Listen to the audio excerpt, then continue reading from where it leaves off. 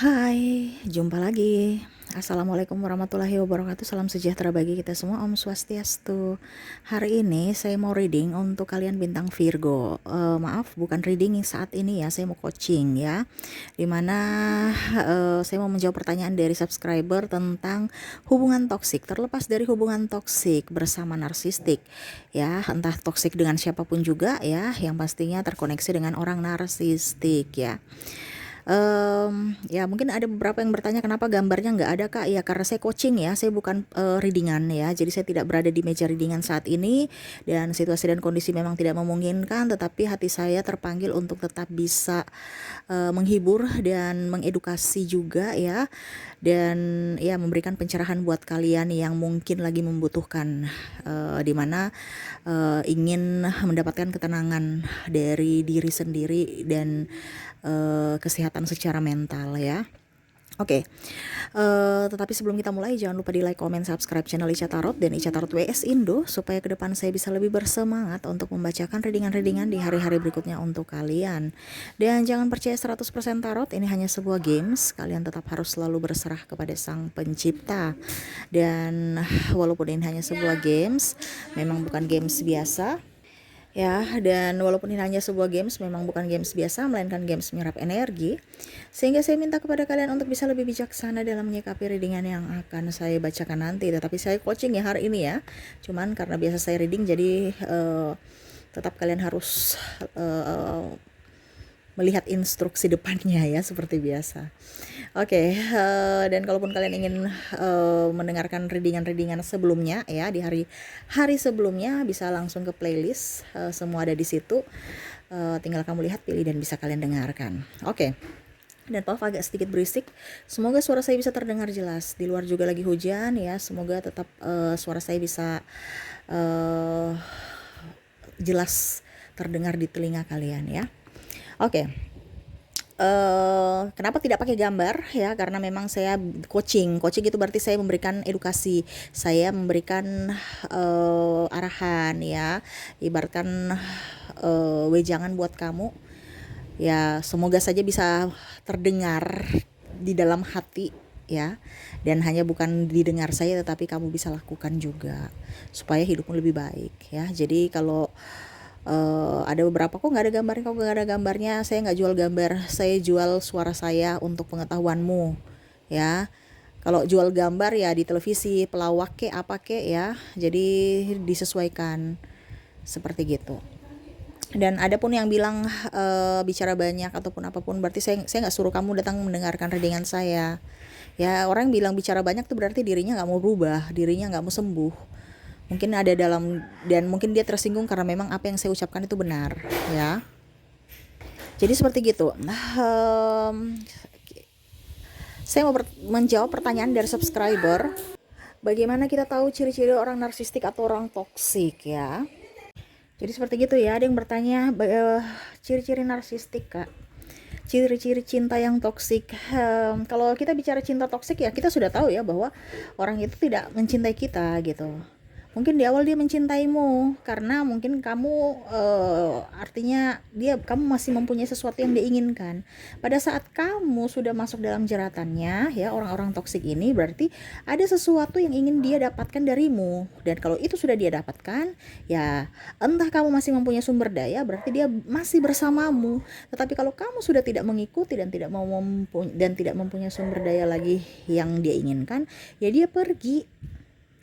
Jadi kalau kondisinya sekarang kamu tanya orang toksik gimana, orang narsistik itu kayak gimana ya, orang toksik itu kan ibaratkan mau seenaknya saja, mau diri kayak sesuka hatinya tanpa memperhatikan dirimu ya. Jadi suka-suka dia mau kesana kemari, suka-suka dia tanpa mempedulikanmu ya. Apalagi kita bicara seorang narsistik ini mau penderitaan dari suplainya, dimana di saat dia tahu bahwa kamu mempunyai sesuatu yang dia inginkan ya, dia akan datang di situ. Dan pada saat dia tidak menginginkanmu lagi, dia pergi. Dan bahkan lebih parahnya bukan pergi baik-baik. Kalau kita bicara narsistik ini kan ada gangguan secara mental ya. Jadi kalau dibilang dia warasnya sudah nggak waras dikit, ya gila-gila tapi gila di vibrasi di vibrasi gila tapi gilanya masih rendah gitu, tahap rendah bukan yang tinggi ya. Dan dia ingin kamu itu menderita. Itu kebahagiaannya. Itu kalau seandainya kamu sudah berpisah dengannya, nanti dia yang seakan menjadi korban. Dia playing victim. Itu orang-orang narsistik tuh seperti gitu. Kenapa? Dia mau mencari perhatian dari publik. Ya, menjatuhkanmu, huru-hara ya, supaya orang itu nggak membulimu. Ini dia bicara secara mental, tekanan secara mental.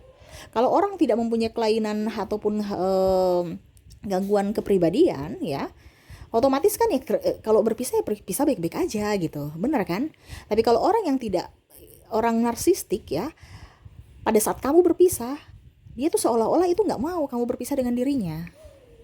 Dia mau kamu itu masuk dalam jeratannya, ataupun kalau berpisah setidaknya ya jangan bikin malu saya. Tapi kamu yang harus dipermalukan. Supaya apa? Kamu itu kayak seakan-akan merasa bersalah, seakan-akan merasa dijudge oleh orang lain ya, mental kamu down, kamu bisa sakit-sakitan karena diri kamu, tekanan dalam jiwamu. Dia mau melihat kamu menderita secara mental ya. Jadi seperti gitu ya. Ada beberapa yang bertanya, Kak Ica, apakah narsistik bisa berubah? Enggak.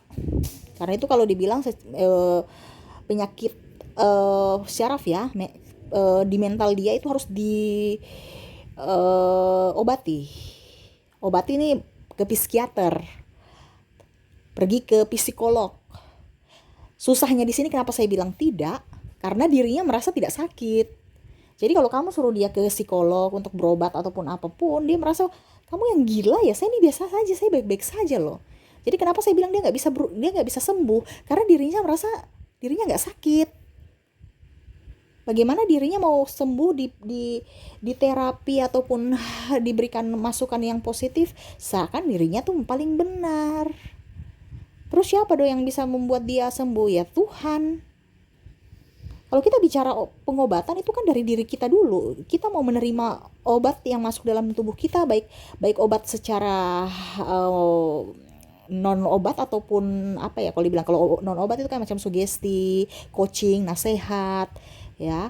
Kalau obat ya obat yang kita minum, jadi kita mendapatkan pengobatan dari luar dan dari dalam. Tapi kalau dia nggak mau pengobatan dari luar aja, orang memberikan nasihat dia marah, dia bilang kamu itu salah, saya yang benar. Apalagi kalau kita bilang terapi, minum obat-obat dan vitamin dan macam-macam, no, saya nggak sakit, dia menolak itu. Jadi kalau kamu dekat-dekat orang narsistik, kamu dalam dunia hubungan toksik, ya siap-siap saja kamu gila. Kenapa? Tertular. Karena kalau kita bicara dengan orang gila, ya kita harus ikut gila. Dan kamu akan seperti gitu, bisa menjadi narsistik untuk orang lain-lainnya, dan kamu bisa menjadi narsistik untuk dirimu sendiri, toksik untuk dirimu sendiri. Kenapa? Karena ketakutanmu. Narsistik itu akan membuat dirimu tuh paling tidak ada apa-apanya, jadi kamu tuh merasa tidak berharga. Ya, entah kamu di kondisi narsistik saat ini bersamanya, atau kalau seandainya kamu belum mempunyai belum menikah ataupun terkoneksi dengan orang itu tapi belum ada satu ikatan, ya berarti kamu masih dalam tanda kutip semesta kasih edukasi ini untuk kamu. Berarti kamu itu kalau dibilang beruntung gitu. Karena belum diikat, belum terlalu terikat, kamu masih bisa bebas. Tapi pada saat kamu sudah terikat, itu yang sangat luar biasa, sakitnya luar biasa. Apalagi kalau yang saya bilang ikatan pernikahan. Karena narsistik itu kalau dia mencari orang supply, itu bukan orang sembarang ya. Dia mencari orang itu yang up. Contohnya dia mandiri, dia cantik, dia seksi, dia kaya, kasta berada. Kenapa? Karena dia juga mau nebeng popularitas, nebeng gaya hidup, nebeng fasilitas. Dia tidak mau proses, dia mau hasil, yang mana dia tahu itu ada dari dirimu, dengan mengatasnamakan cinta, padahal cintanya palsu, hanya mau memanfaatkanmu. ya. Mungkin karena kamu star ya, supaya dia punya pacar nih. Jadi orang itu tertuju pada diri orang narsistik itu. Karena apa? Dia melihat dari nebeng dari popularitasmu, nebeng dari hartamu, nebeng dari mana-mana. Pada saat kamu sudah tidak mempunyai itu, dia pergi mencari suplai-suplai lainnya. Dan bahkan kondisinya dia sudah mempunyai suplai lainnya pada saat kamu sudah tidak berdaya gitu. Dia merasa bahwa kamu ini kayaknya sudah tidak bisa sesuai dengan yang saya inginkan gitu. Jadi saya harus bisa mencari penggantimu. Jadi pada saat kamu sudah tidak berdaya lagi, saya pergi tinggalkan kamu. Ibaratkan kalau kamu punya amunisi tinggal sedikit ya, mungkin dari segi keuangan ya, dia merasa bahwa kayaknya udah nggak bisa nih, dia sudah nggak bisa memberikan 100% kehidupan yang nyaman untuk saya harus mencari suplai lainnya.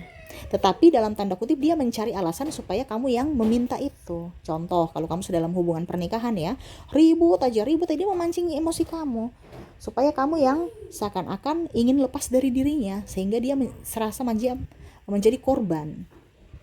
Contoh ya, dia ribut-ribut dengan kamu, habis itu mungkin kamu keceplosan ya, mungkin ada kata-kata kasar ataupun mungkin ada tindakan fisik ya, karena saking emosi kan, keceplosan mungkin bicara kotor ya, ataupun mungkin tidak sengaja kamu pukul ya, ada kontak fisik, ataupun mungkin kondisinya kamu yang bilang kalau gini-gini aja sudah, kita cerai aja, kita pisah aja, saya sudah nggak tahan.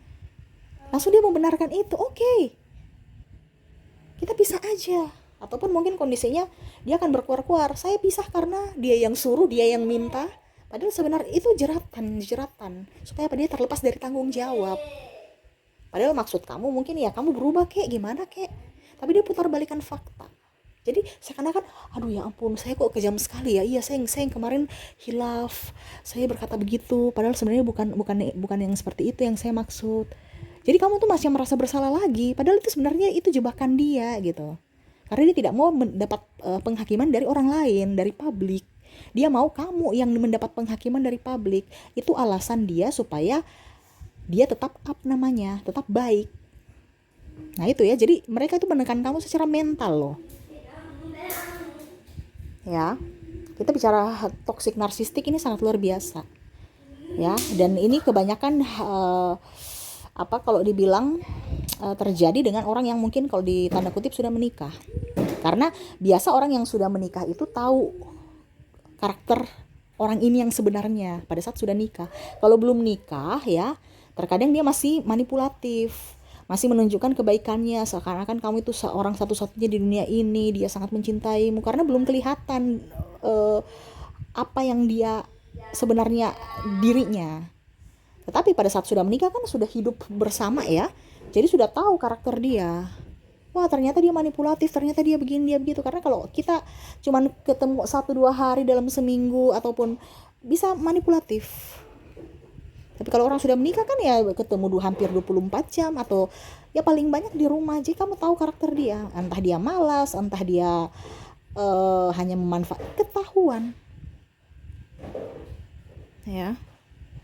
Ataupun mungkin kondisinya kamu yang merasa bersalah, waduh saya kok seperti gitu, apalagi kalau sudah punya anak ya, kamu mau berpisah, oke kita berpisah untuk diriku dan dirimu supaya jangan tertekan lagi, saya jangan menderita. Tapi dia tamengnya itu apa? Anak kamu. Kalau kamu masih mempunyai sumber daya ya, macam contoh kamu masih punya uang, punya apa ya, dia pakai anakmu. Dia bilang, nak, bapak, ini contoh kalau kamu wanita ya, bapak sayang sama kamu. Jadi dia seakan-akan membuat itu dia tuh macam orang tua yang paling berharga yang mana anak kamu rindukan. Sehingga kamu berpikir, waduh kasihan, karena ego saya mau berpisah tapi kasihan anakku. Nanti gimana ya? Dia rindu ayahnya, ini gara-gara saya. Jadi kamu tuh menyalahkan dirimu sendiri gitu. Ya.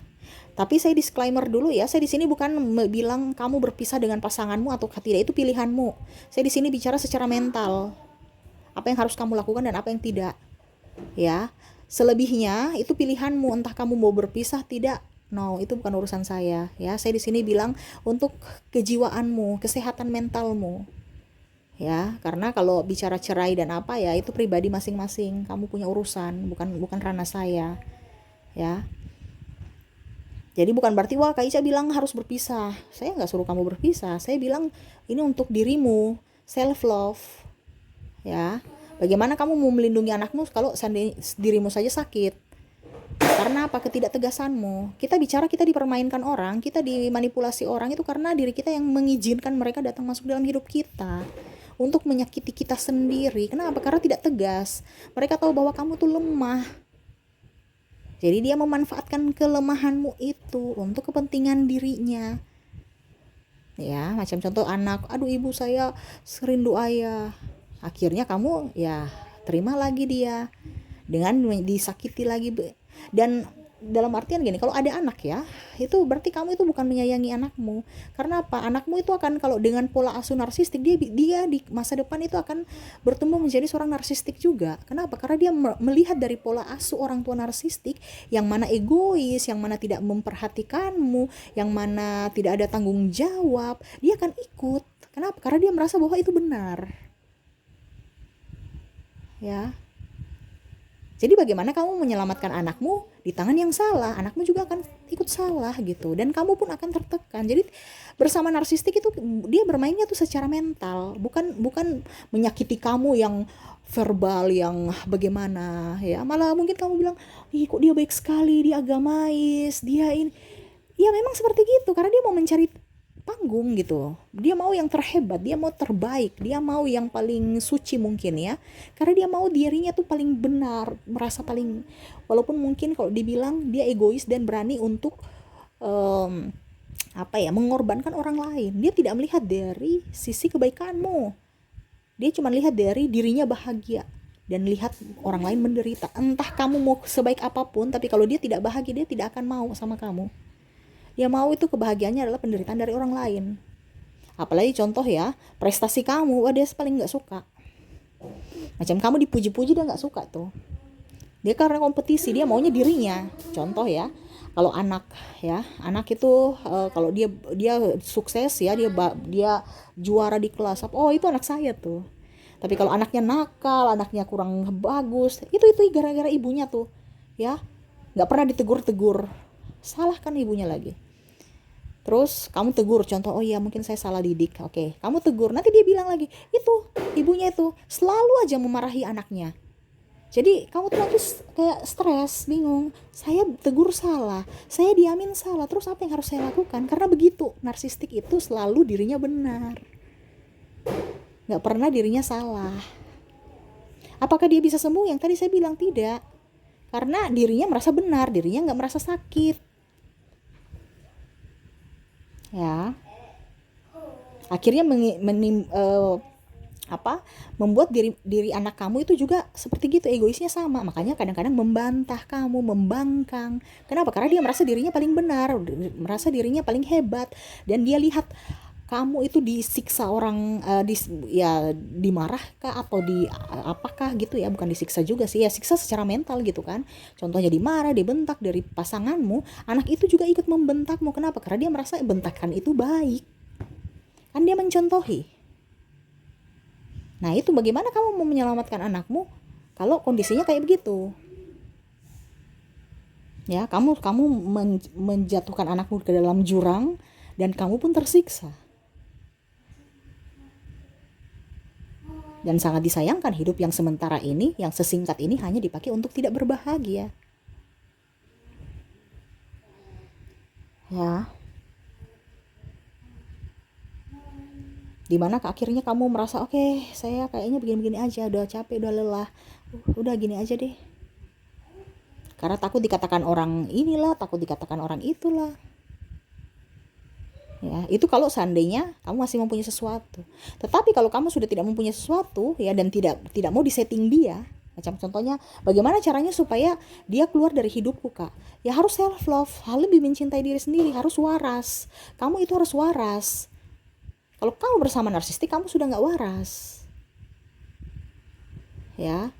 Ada yang bilang, kemarin Kak Ica bilang kita tuh harus lebih empati supaya energi kita positif, dan harus berpikir positif supaya rezeki masuk, kesehatan masuk. Iya, kalau kamu dengan Tuhan. Saya kan bicara spiritualitas diri kita, antara diri kita dan Tuhan. Untuk bisa memancing energi positif masuk dalam hidupmu, hatimu harus baik. Bagaimana kamu dengan narsistik? Hatimu baik tidak dengan narsistik, dengan ada tekanan? Otomatis kamu di vibrasi rendah. Kalau kita berbicara tentang antara hubungan manusia dengan manusia, harus seimbang antara hati dan logika.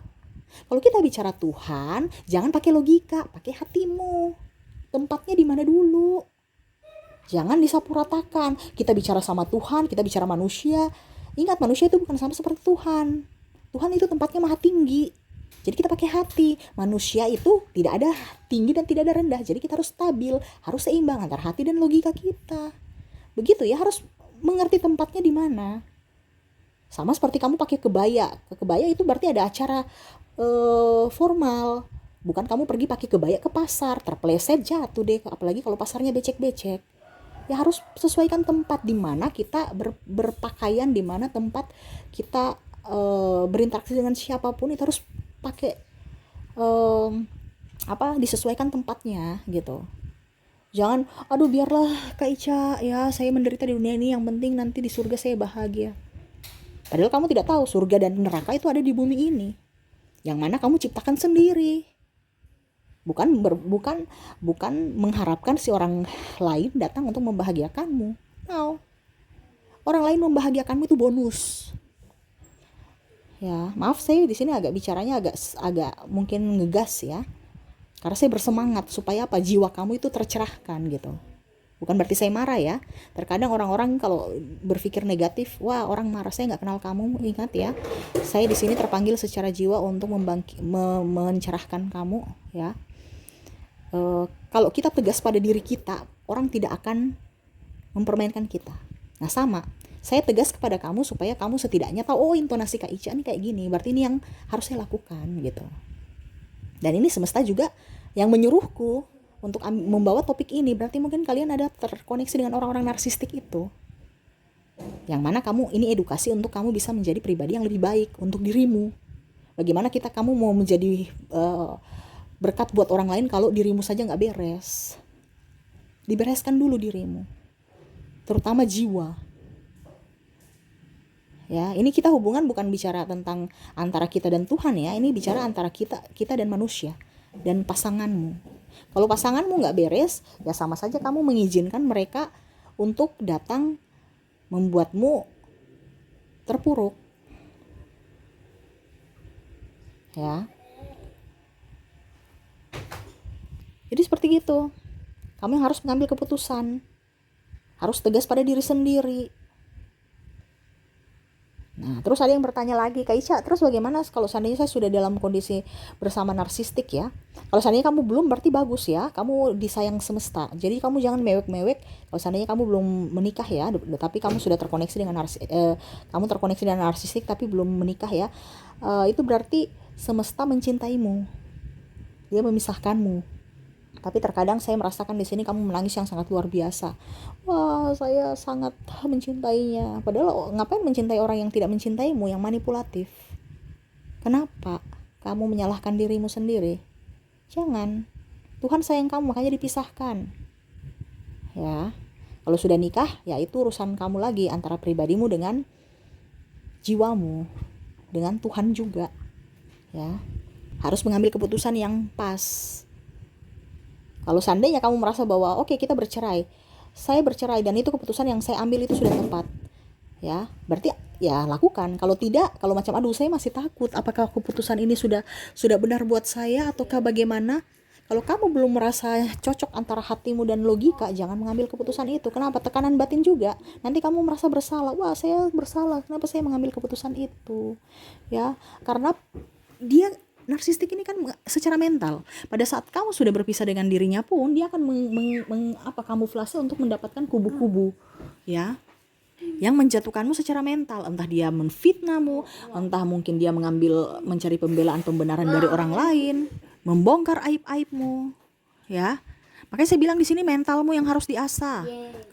Kalau berhadapan dengan narsistik, bagaimana supaya kita menang dari narsistik, Kaica? Ya urus, jangan mengurusi dia. Maaf ya berisik ya, anak saya di samping soalnya. Gak usah diladeni.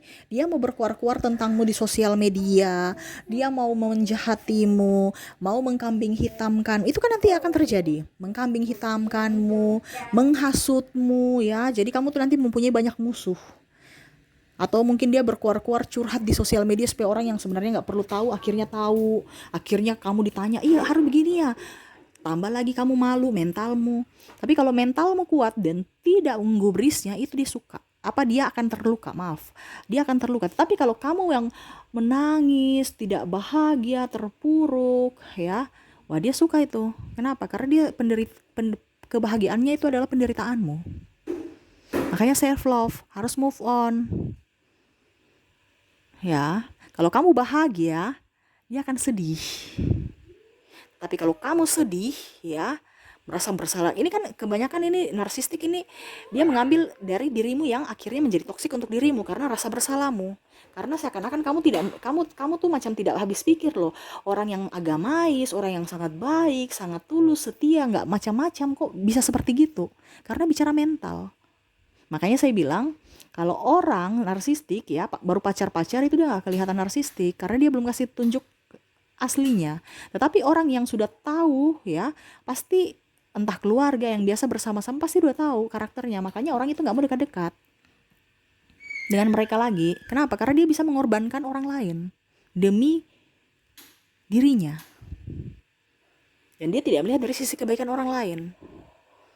Ya, dan dia tidak melihat dari sisi kebaikan kamu. Jadi dia taunya ya sudah kamu baik, tidak ya terserah. Yang penting hari ini saya happy. Kamu bahagia bersama saya bahagia bersama diriku sendiri. Saya mau bahagia, kamu mau tidak bahagia terserah. Dia nggak lihat kamu, aduh dulu kamu bantu saya, dia nggak lihat itu. Ya, ya. Jadi jangan berharap narsistik akan membahagiakanmu karena jadi kamu harus move on. Tunjukkan bahwa kamu happy. Tunjukkan dari prestasi. Bukan saling membalas. Di sini kan kamu kadang saling membalas. Dia berkuar-kuar di sosmed, kamu juga. Dia curhat ke orang lain, kamu lagi ember-ember lagi ke orang lain. Jadi ngapain mau digubris itu orang? Makanya saya bilang kalau kamu dengan orang narsistik, orang gak ada gangguan kejiwaan, ya, gangguan mental, kamu juga kan seperti gitu, ikut gangguan mental kalau kamu ladeni. Ya. Harus bisa tegas dalam dirimu untuk bisa mengambil sikap. Apakah saya harus bercerai? Terserah itu dari dirimu. Ada juga yang bilang, Kak Ica, saya maunya ya karena cerai itu dilarang agama, oke. Saya begini aja, hidup digantung aja nggak apa-apa. Yang penting saya fokus untuk diriku dan anakku. Ya nggak apa-apa, nggak jadi masalah. Ini kan saya bicara mental. Kan ada orang juga yang hidup begitu. Dia mandiri tanpa mau mengemis dari si narsistik. Tetapi dalam tanda kutip hubungan digantung, ya, tidak mengharap kebahagiaan, tidak mengharapkan nafkah, tidak mengharapkan ini, tidak mengharapkan itu, ya itu nggak jadi masalah. Karena kita bicara mental, selama mentalmu bagus, selama mentalmu kuat, tetap jalani itu, ya. Yang penting jangan sampai ada rasa bersalah dalam dirimu. Contoh ya, saya sudah nggak kuat dengan narsistik, tapi nanti kamu merasa bersalah, aduh anakku kasihan, gara-gara saya memisahkan anakku dengan ayahnya. Jadi ada penyesalan lagi. Kenapa kamu ngambil keputusan berpisah kalau kamu memang masih ada rasa bersalah? Artinya kamu akan merasa terhantui dengan keputusan yang salah itu menurutmu. Walaupun mungkin posisi kamu tuh benar. Nah itu kembali lagi kepadamu. Entah kamu berpisah dengan dirinya atau memberikan jarak dan dengan orang-orang seperti begitu. Kenapa? Karena kasihan dirimu, kasihan anakmu. Yang mana tadi saya bilang, anakmu bisa menjadi narsistik di masa depan. Karena pola asuh yang salah. Ya. Jadi ya itu mungkin yang saya mau sampaikan kepada kamu ya dari pertanyaan subscriber tentang hubungan toksik narsistik. Dimana ya dia hanya mau mengkamuflase kamu ya, memanipulasi untuk mendapatkan apa yang dia inginkan dari dirimu tanpa melihat proses. Dia hanya mau menerima hasil. Dan coba kamu ini nanti ya, pada saat kamu sudah sukses, sudah jaya, sudah move on, dia akan datang lagi dengan mulut manis meminta maaf dan macam-macam. Untuk apa? Menjebakmu lagi.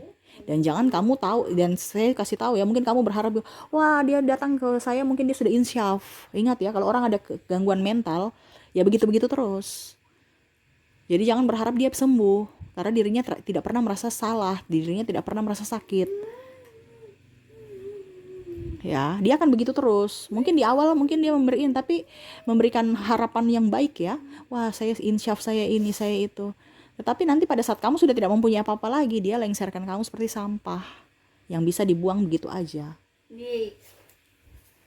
Jadi kalau kamu terkoneksi dengan narsistik, berarti edukasi ini untuk dirimu, untuk bisa lebih menambah wawasanmu, untuk tidak berharap kebahagiaan, tidak berharap narsistik itu sembuh.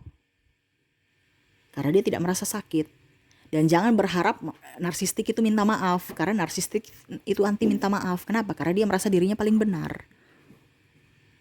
Mungkin dia datang ke kamu minta maaf tapi nggak tulus, atau bahkan seakan-akan seolah-olah tidak ada kesalahan, tidak minta maaf sama sekali. Seakan-akan biasa aja, yang salah kamu yang minta cerai, kamu yang memukul saya, yang tadi saya bilang ya, dia mengkamuflase untuk bagaimana caranya supaya kamu minta cerai, supaya apa? Dia aman, publik tidak menjudge-nya. Seolah-olah kamu yang salah. Dan narsistik itu pintar bersandiwara, mengambil hati orang-orang. Makanya saya bilang, kalau kamu masih belum menikah, ya, kamu pergi jalan-jalan dengan dia barang 2-3 bulan bersamanya, biar kamu tahu karakter-karakter manusia itu kayak gimana. Ya. Karena kalau orang yang masih pacaran cuman lihat casingnya doang, ya casing kan bisa menipu. Makanya kalau orang narsistik ya, orang itu nggak akan mungkin tahu sakit hatinya luar biasa, karena dia merasa bahwa dia yang paling up ya, dia yang paling dirindukan, paling baik, paling agamais, kok tega-teganya bisa berbuat sejahat itu, sehingga sakitnya luar biasa dibandingkan orang yang mungkin ketahuan sudah tahu nih orangnya jahat, orangnya cuek, orangnya egois ya. Kalau narsistik tidak, dia baik hati, tulus, agamais, kelihatan nggak ini, tapi kok bisa menikam begitu ya. Ya, makanya hati-hati, jangan lihat orang dari casing. Makanya saya bilang kenalilah dulu. Tapi kalau kamu sudah terlanjur dengan narsistik, ini adalah pembelajaran buat dirimu supaya jangan jatuh ke dalam jurang yang sama. Artinya kalau kamu bodoh saat ini, setidaknya besok kamu sudah pintar karena sudah teredukasi. Lebih parahnya lagi kalau kamu sudah tahu tapi kamu masih mengizinkan dirinya untuk menyakitimu. Nah, itu orang apa itu namanya? Ibaratkan kalau orang bodoh kan karena kebodohan dia tidak tahu sehingga dia terjerat. Nah, ini jangan sampai kamu sudah tahu baru masih terjerat juga. Wah, itu berarti di atasnya bodoh. Saya nggak tahu itu bagaimana. Ya, kasihan dirimu, kasihan mentalmu. Makanya tadi saya bilang, hidup di dunia ini hanya sementara. Sangat disayangkan kalau kamu pakai untuk tidak berbahagia. Seperti gitu ya. Jadi keputusan ada di tanganmu lagi ya. Yang pastinya tetap happy, tetap semangat ya. Hidup ini adalah perjuangan, hidup ini adalah sesuatu yang harus kita buat untuk kita bisa bahagia ya, supaya pada saat akhir hidup kita ya, kita pertanggungjawabkan apa ya yang setelah kita perbuat. Setidaknya ada sesuatu yang kita buat kebaikan untuk diri kita dan orang lain. Kita bisa bermanfaat untuk orang lain, bukan hanya untuk merenungi nasib dan kesalahan kita dan meratapi kesedihan. Nanti semesta tanya, apa yang sudah kamu lakukan di dunia ini? Gak ada. Saya terpuruk, saya tersakiti, saya ngapain? Tapi kalau saya up, saya bisa mencerahkan orang lain, saya bisa membahagiakan orang tua saya bisa membahagiakan anakku ya. Jangan kita terlalu kalut dalam kesedihan. Karena kesedihan itu hanya membuat diri kita menderita dan memberikan energi negatif pada diri kita, yang mana memancing energi negatif datang masuk dalam hidupmu secara berentetan. Jadi selalu berusaha bahagia ya, diusahakan bahagia, selalu berusaha untuk bisa membahagiakan diri sendiri ya. Jangan mengharap orang. Kalau orang membuatmu bahagia itu bonus, tetapi ciptakanlah kebahagiaan untuk dirimu sendiri. Seperti gitu ya. Oke, mungkin itu yang bisa saya readingkan, coachingkan buat kamu ya. Semoga resonate dan bisa bermanfaat untukmu. Ya seperti gitu. Jangan lupa di like, comment, subscribe channel Ica Tarot dan Ica Tarot WS Indo, supaya ke depan saya bisa lebih bersemangat untuk membacakan readingan-readingan di hari-hari berikutnya untuk kalian. Terima kasih, saya pamit. Assalamualaikum warahmatullahi wabarakatuh. Salam sejahtera bagi kita semua. Om Swastiastu. Bye bye.